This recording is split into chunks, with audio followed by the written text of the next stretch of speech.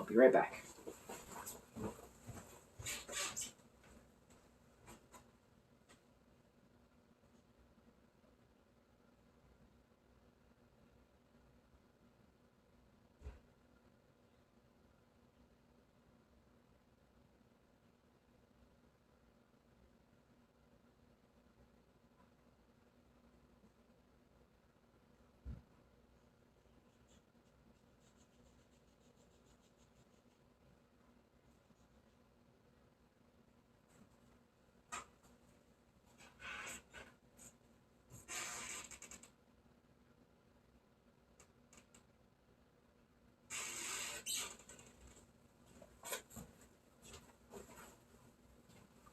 Okay, I needed to get so I can see chat,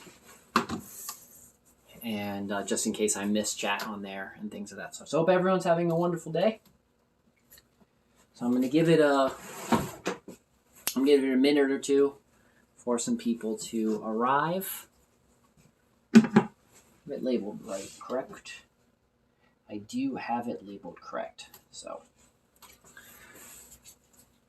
while we're waiting for other people to arrive, it's going to be backwards like it was last time. But there is this is the worksheet that we're going to be working from. You can snag this worksheet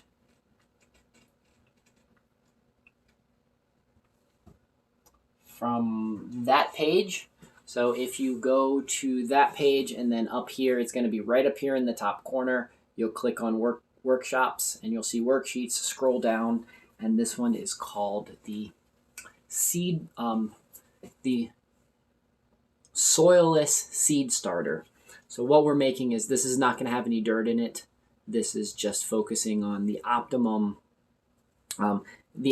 way to sprout a plant and to get your plant so it gets its first mature leaves, so that the baby leaves and then the first true mature leaves come out. That's what this purpose of the soil that we're making, and that's what we're going to be focusing on today.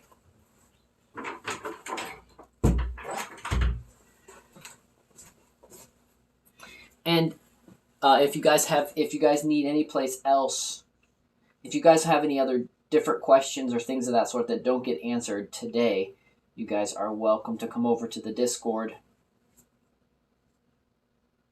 which is not working, which is whatever. I'll send you a link to the Discord. Anybody that's super interested in the Discord, we can get a link to the Discord in the future. And you guys can join the Discord, and that's another good place to get access to this. But this worksheet is on the mavisinstitute.xyz, or if you can't remember that, it's mavispharmacy.com, and pharmacy spelled with an F. So, okay, folks. So, what is seed starting? What is seed soil? So the seed soil, or the soil that we're going to be creating, the kind of stuff we're going to be creating today, is really, really simple. I've got the things down here, so let me bring the camera down so you guys can see. So you guys can see what's happening on the desk. So we're going to start off with the first main ingredient is peat moss. So this is what peat moss looks like. So some of you might not, depending on where you live, thanks so much for the ice creams.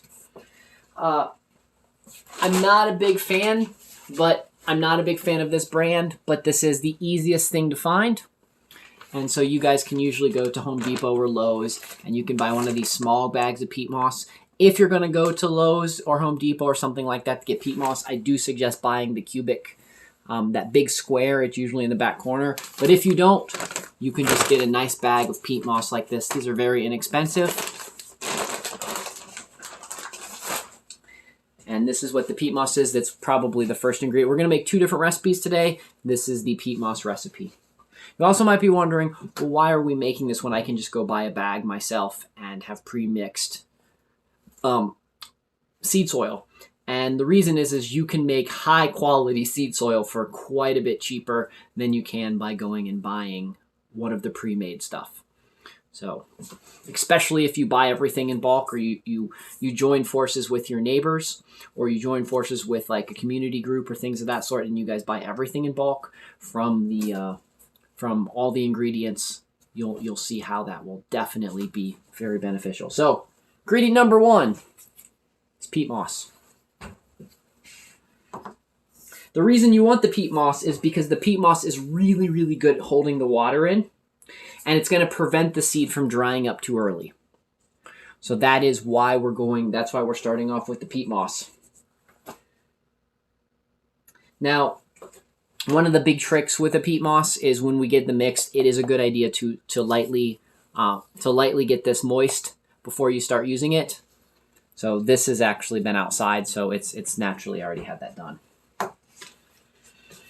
The next ingredient that we are going to be using is perlite. So this is perlite. So if you ever seen that stuff, the soil that you get to see the little white balls, there's actually not plastic. It's actually perlite.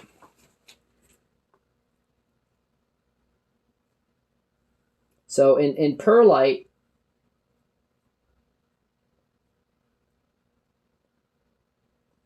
perlite is related to volcanic stuff.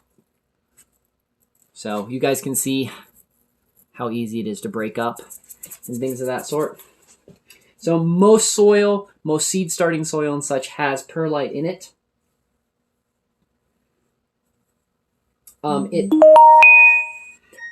Perlite will actually float.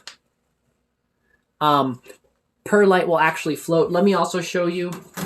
You can also go and you can also buy a bag of perlite from Lowe's as well. I also suggest getting it from other sources, but you can go to your local gardening store and you can also buy a bag of perlite. I got all of this just to show for some people that maybe don't have access to all the stuff, or they're not as worried about things being as natural and organic as possible. And I will tell you, don't let the fear of it being a Miracle-Gro brand. Perlite is pretty much just rocks. So it's nothing super worried about. So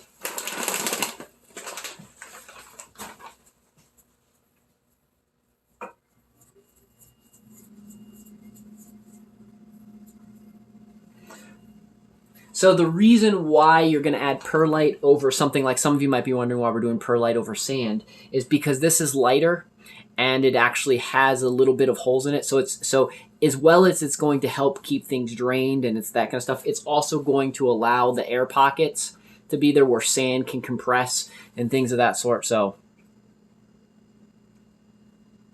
yeah, it's definitely not very tasty. It's not poisonous or anything. It's just not very tasty, not something you really want to be eating, but it is just a rock based. So the thing is, this tends to float. So that's the other thing, is if you've actually completely overwatered something and all of this comes to the top and that kind of stuff, it is kind of a trick that you can keep yourself in that. And then the third thing we're going to add to this, now you're going to see a lot of recipes where we leave this out, but with this is vermiculite. So if you guys can see, this is vermiculite. It's in the mica family, so this is going to be if you can't quite tell on the screen and such, but it's kind of shiny and flaky. Vermiculite also does a really good job of holding water. So that's actually why I also mix it in with the soil that I'm making, is because having the vermiculite, having something to hold it in, makes it really nice. It also, because it's got little tiny holes and such, it also allows it to hold in moisture and also leave little air pockets. So the idea is when you're growing seeds, is you want it to be enough water, but you also don't want it to be so drenched and so compressed down that the seed can't expand, can't break from its shell, and has enough water and moisture to be able to start growing, but not so much that it drowns out. Because the big thing with seeds is seeds actually, until they start making their first mature leaves, seeds actually have everything that they need to be able to sprout up, produce their first set of baby leaves. Most people, when you're eating sprouts and things of that sort, they're the kind of the round shaped leaves. And then they also have enough energy to put out their first set of mature leaves. Once they put out their mature leaves, that's when we change to a different kind of soil. So right now we're making a soil. I'm showing you guys how to make a soil from that beginning. Now I do want to show you there is one other alternative if you don't want to use this stuff.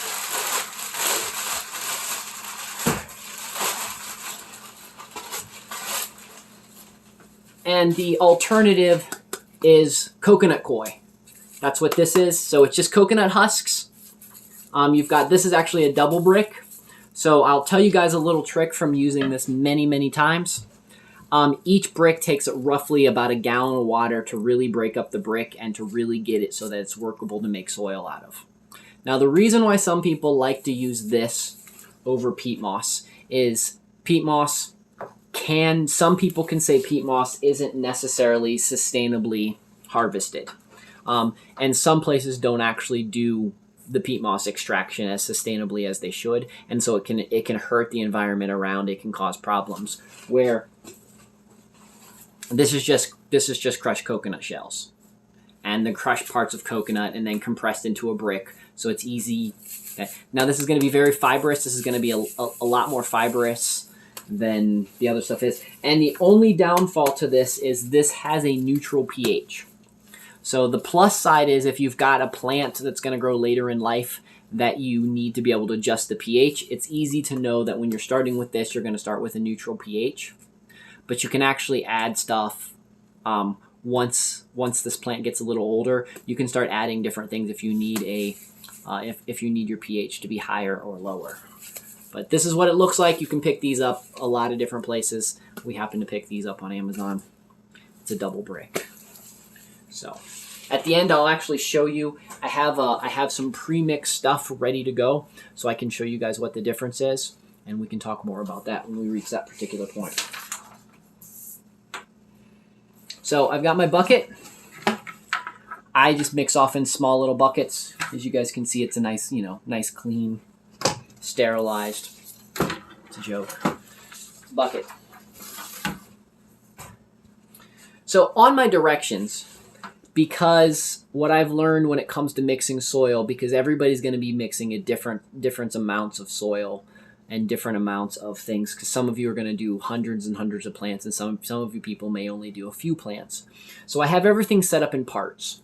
So what parts mean is whatever you're going to use, this is a single part. So everything is going to be measured off of whatever device you're going to, whatever type of measuring tool you're going to use. So right now we're going to use this plastic thing, but you could use a shovel, you could use a cup, you could use anything that you can eye and you can see that you're doing regular. So the way my soil starts, and this is the peat moss one. We're going to do 5 parts peat or 5 parts coconut coir. So what that is we're just going to add 5 of these in. So I'm actually going to mix 5 of these in and show you guys how that all works. So here's one. Down here I have a extra peat moss because I store all my peat moss in all these old things. So 2, 3,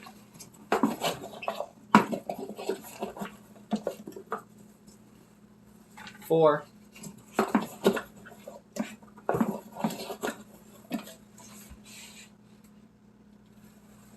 5.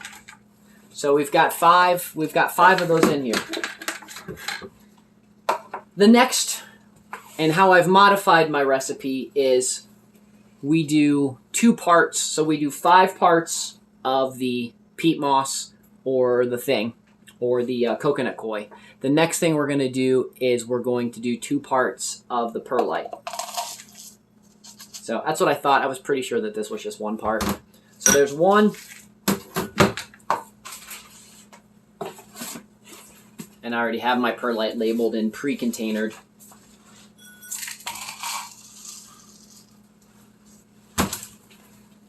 2. And then we're going to add 1 part vermiculite. So you could add 2 parts vermiculite, but I have just found that with what the vermiculite does and the cost benefits of trying to make it affordable, especially a large scale, I add only 1 part. If you're maybe doing some really small scale type, if you're only doing a few flats, then maybe you can do 2 of these. But I'm just going to do 1 for the sake of it. So here's everything mixed. Here's everything pre-mixed. And I'll show you all you do.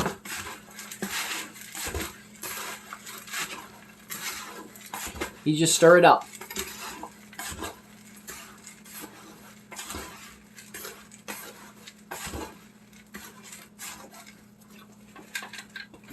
And then when you have that nice kind of polka dot type consistency, that's how you know you're ready to go.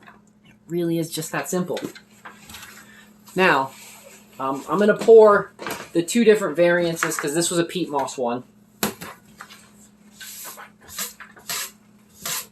Nice and clean.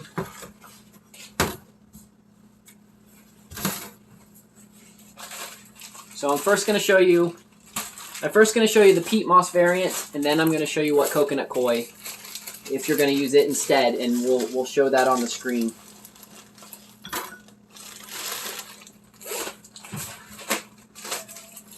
Because I pre-made all this stuff earlier.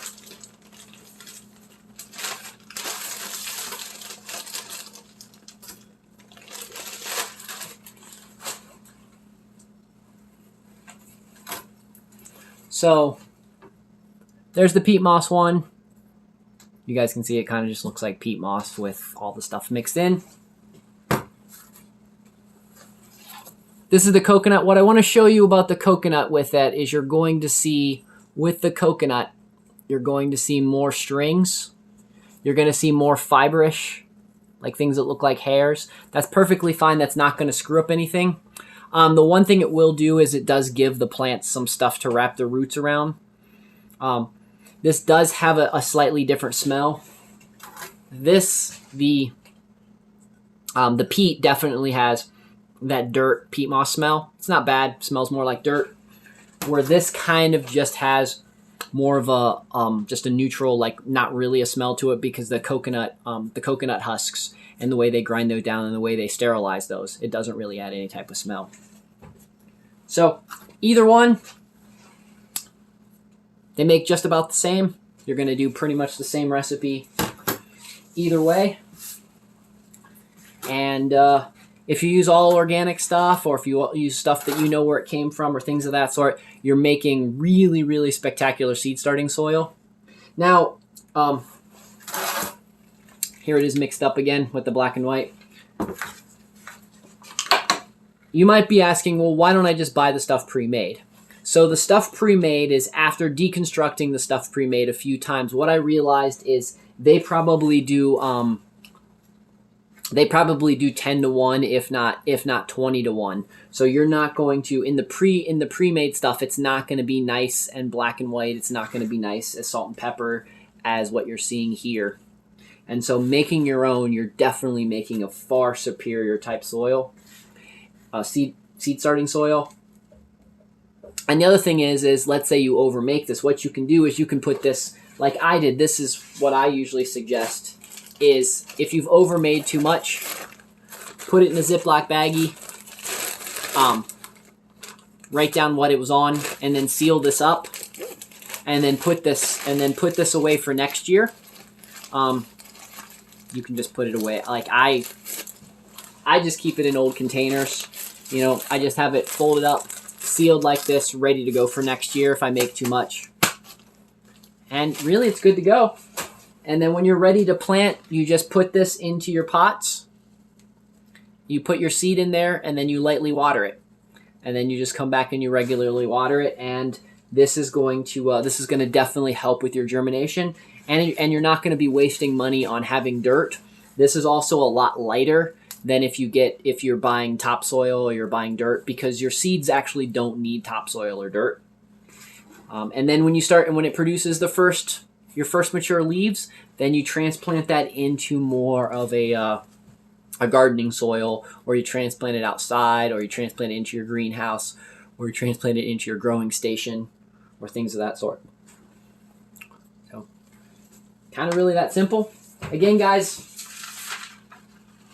if you need the worksheet, this worksheet, if you're wondering why there's so many words on this worksheet, so this worksheet breaks down for those that don't know what peat moss is, for those that don't know what coconut coil is, for those that don't know what for those that don't know what vermiculite is, for those that don't know what vermiculite or perlite is, that's all written here. And then on the back is the instructions. And then I also include here on the back a way to make your own back guano fertilizer, which is a really, really high quality fertilizer that you can use, that you can make yourself.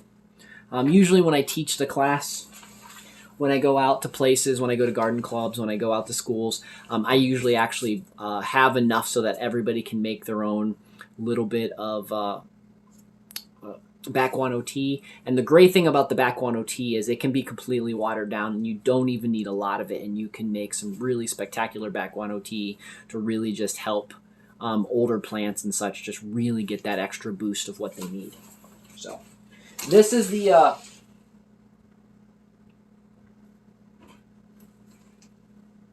there's the website. So if you guys need to go, that's my nonprofit website. And like I said, it'll be right up here in the corner. It'll say worksheets and workshops. You can scroll down, and this is called Seed Soil. So really, this was kind of a fast one. If anybody has any additional questions, if they want to see any of the steps that I did. Oh, the other thing is, if you want to mix the two together,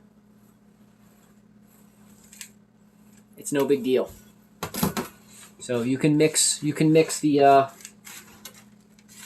coconut coir, and you can mix the peat moss together with this and just have really good.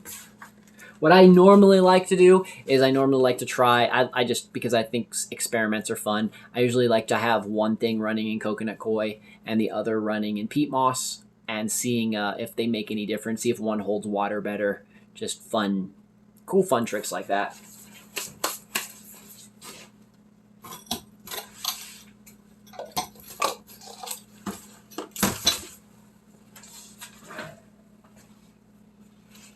But we can I'll do a quick recap. So you really only need 3 ingredients.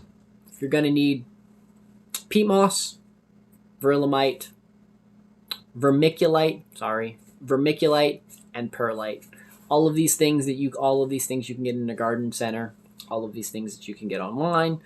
You can even, every one of those, like I showed earlier, every one of those you can get in a bag from your local hardware store. And then you're just going to follow the instructions, which again, I'll give it to you. It's really easy. 5 parts of the peat moss, 2 parts of the perlite, 1 part of the vermiculite. And parts are, just for another reminder of what parts are just making sure you're using the same kind of measurement every time. So in this experiment we just did, we used one of these cups as a part. So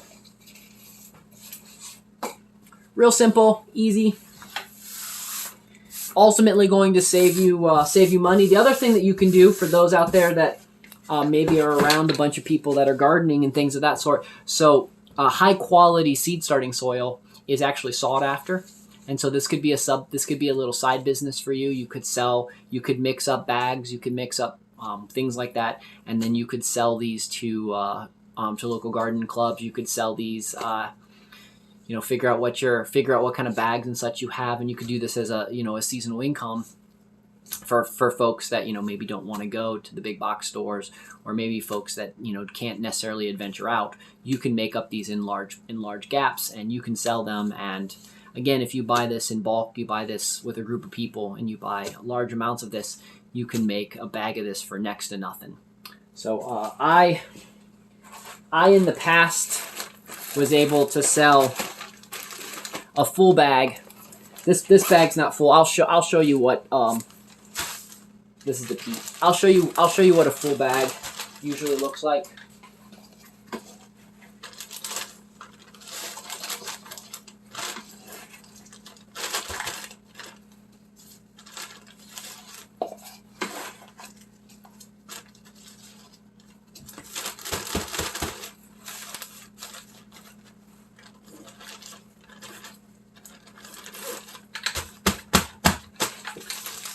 So this is roughly what a full bag is.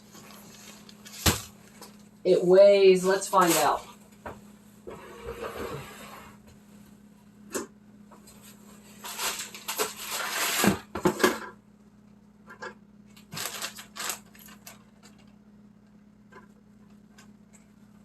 Okay, so it weighs 2 pounds. So I was, I've easily in the past been able to get 250. 250 for this. Especially with gardening areas and such like that, because that's actually a really decent price for what seed starting soil costs anyway.